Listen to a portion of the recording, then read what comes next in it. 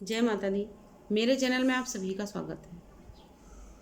अगर आपको हर समय थकान महसूस होती है, कमजोरी महसूस होती है, आपको हर समय हाथ पैरों में दर्द महसूस होता है, हाथ पैरों में जकड़न या ऐंठन महसूस होती है, तो इन सब दिक्कतों के लिए आज मैं एक बहुत अच्छा नुस्खा आपके लिए लेके आई हूँ।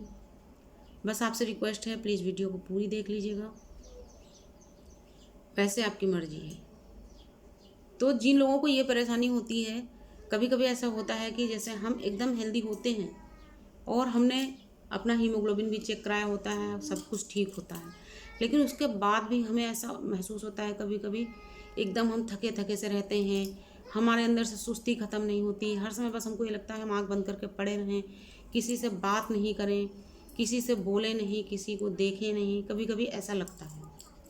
उसके अलावा जब हम सुबह सो के उठते हैं या हम कभी लेटे होते हैं, उसके बाद जब हम उठते हैं या अपने घर की सीढ़ियाँ चढ़ते हैं, तो हमको ऐसा लगता है कि बहुत ज़्यादा काम कर लिया हमने और हम हाँफने लगते हैं और हमें बहुत थकान महसूस होती है। और हम यदि कुछ नहीं करते हैं, सिर्फ अपने घर का खाना ही बना लेते हैं, उसके बाद भी हमें जैसा लगता है कि बहुत ज़्यादा हमने काम कर लिया। हमारे हाथ पैरों में इतनी थकान, इतना दर्द महसूस होता है, जैसे लगता है कि पता नहीं कितना काम कर लिया है। तो ये परिस्थितियाँ कभी कभी हो जाती हैं। इसमें कभी कभी तो परेशानी होती है, किसी को हीमोग्लोबिन कम होता तब भी ऐसी दिक्कत होती है, और किसी किसी का हीमोग्लोबिन भी पूरा होता है लेकिन उसके बाद भी ऐसी दिक्कतें कभी कभी हो जाती हैं। तो जिन लोगों को ब्लड की कमी हो गई है, जिनको नहीं है, दोनों के लिए मैं आज एक बहुत अच्छी बात बताने वाली हूँ, बहुत ही अच्छी चीज़ आपको बताने वाली हूँ। ध्यान से सुनिएगा। हमारा जो गोंद कतीरा आता है, आप सभी जानते होंगे, गोंद कई तरह का आता है। एक तो बड़े बड़े टुकड़े में आता है, उसको आप फूलते हैं तो बड़ा लावा जैसा हो जाता है। एक बहुत नन्हा सा गोंद आता है, उसको आप भूनते तो भी वो इतना बड़ा होता है। एक आता है गोंद कतीरा, तो वो भी बहुत ही छोटे छोटे टुकड़ों में होता है, और उसको भी यदि आप भूनते हैं तो वो भी फूल के बड़ा बड़ा हो जाता है, लगभग चने के बराबर का हो जाता है, और कभी उससे बड़ा भी हो जाता है। तो जो गोंद कतीरा होता है वो हमारे इन सब चीज़ों में बहुत ज़्यादा लाभकारी होता है। लेकिन उसको यूज कैसे करना है, उसको आप खाएंगे कैसे, ये मैं आपको बता रही हूँ। इसको यदि आपने ध्यान से नहीं सुना तो आपको बिल्कुल भी फ़ायदा नहीं होगा।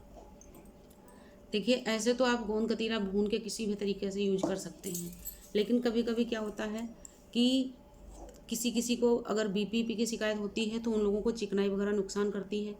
इस वजह से जिनको बीपी भी है और कमज़ोरी भी लगती है, जिनको शुगर भी है, उनके लिए भी ये चीज़ बहुत फ़ायदेमंद है। आप गोंद कतीरा को 1 चम्मच गोंद कतीरा लेकर के, जिससे खाना खाते हैं उस चम्मच से भर के 1 चम्मच गोंद कतीरा आधा गिलास पानी में भिगो दीजिए। सादे पानी में आप भिगो दीजिए। ध्यान से सुनिएगा। इसके बाद एक और आपको बढ़िया सी चीज़ बताऊंगी। तो उस गोंद को आप एक आधे गिलास सादे पानी में भिगो दीजिए और सुबह आप उठ करके अच्छी तरीके से उसको चला दीजिए। गोंद फूल जाएगा और उसको अच्छी तरीके से मिक्स कर लीजिए, वो एकदम अच्छी तरीके से उसमें घुल जाएगा और उसको आप पी लीजिए। सुबह उठ के आपको बासी मुँह ही ये काम करना है, बिना कुछ खाए पिए। जैसे ही आप उठेंगे आपको कुल्ला भी नहीं करना है, बस आपको सीधे इसको घोल के पी लेना है। नियमित आप 40 दिन तक ऐसा करिए, आप देखेंगे आपकी थकान, हाथ पैरों का दर्द, अकड़न जकड़न, सब कुछ आपको ख़त्म होता समझ में आएगा और आप अपने अंदर एक फुर्ती महसूस करेंगे। लेकिन उसी के साथ साथ थोड़ा सा अपने शरीर को चलायमान भी रखिए, क्योंकि हर समय लेटे बैठे रहने से एक स्वस्थ शरीर भी बीमार महसूस करता है, इसलिए थोड़ा सा अपने आप को चलायमान रखिए। उसके अलावा आप गोंद को ऐसे भी प्रयोग कर सकते हैं, जिन लोगों को बीपी नहीं रहता है, जिन लोगों को शुगर की दिक्कत नहीं है, वो लोग गोंद को भून लीजिए।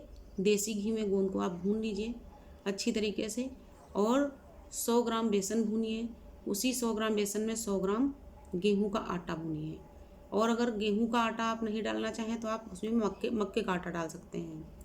तो इन दोनों चीज़ों को डाल करके आप अच्छी तरीके से भून लीजिए। आपको देसी घी में भूनना है इनको, और घी इतना डालिए कि भूनते भूनते जब वो अच्छी तरीके से भून जाएगा तो वो अपने आप ही आपका बेसन और आटा घी छोड़ने लगेगा।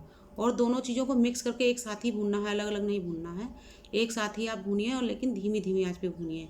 करीब 15-20 मिनट आपको भूनने में लगेंगे। और जब ये अपने आप अच्छे से मतलब भून जाएगा, तो अब जब ये अपने मन से चिकनाई छोड़ने लगे, समझ जाइए कि ये भून चुका है अच्छी तरीके से। फिर इसको ठंडा करिए और थोड़ी सी आप चीनी अपने स्वाद के हिसाब से ज़्यादा या कम जितना आपको पसंद है। अगर आपको बहुत ज़्यादा मीठा पसंद है तो 100 ग्राम, अगर आपने बेसन और 100 ग्राम मक्के का आटा लिया है या गेहूं का आटा लिया है तो 200 ग्राम हुआ मटेरियल, तो उसमें आप 200 ग्राम चीनी डाल सकते हैं। और अगर आपको थोड़ा सा कम मीठा पसंद है तो इसमें आप 100 ग्राम चीनी डालिए और चीनी को आप पीस के डालिए। चीनी का बूरा बना करके उसको पीस के आप मिला लीजिए, उसी में आप गूंद मिला लीजिए। और आप चाहें तो खुशबू के लिए उसमें कुछ इलायची के दाने पीस के डाल सकते हैं और इनके आप लड्डू बांध के रख लीजिए। और रोज़ सुबह बासी मुँह आपको 2 लड्डू खाने हैं। जिस तरीके से मैंने कहा बिना कुछ खाए पिए आपको गूंद घोल के पीना है, ठीक उसी तरीके से सुबह उठ के बिना कुछ खाए पिए सबसे पहले आपको ये 2 लड्डू खाने हैं। अब मैंने 100 ग्राम मात्रा इसलिए बताई कि जल्दी जल्दी ख़त्म होगा, आप दोबारा बना सकते हैं। और अगर आपको लगता है बड़ा परिवार है, ज़्यादा लोगों को खाना, तो आप अपने हिसाब से इसकी मात्रा को बढ़ा सकते हैं। तो इस तरीके से आप देखेंगे 40 दिन करने के बाद में आप देखेंगे खुद आपको अपने अंदर चुस्ती फुर्ती महसूस होगी और अच्छा लगेगा आपको। थकान वगैरह जो आपको लगती थी वो नहीं लगेगी और आप गुड फील करेंगे। अगर आपको वीडियो अच्छा लगा हो तो लाइक और शेयर करिएगा। नमस्कार, धन्यवाद।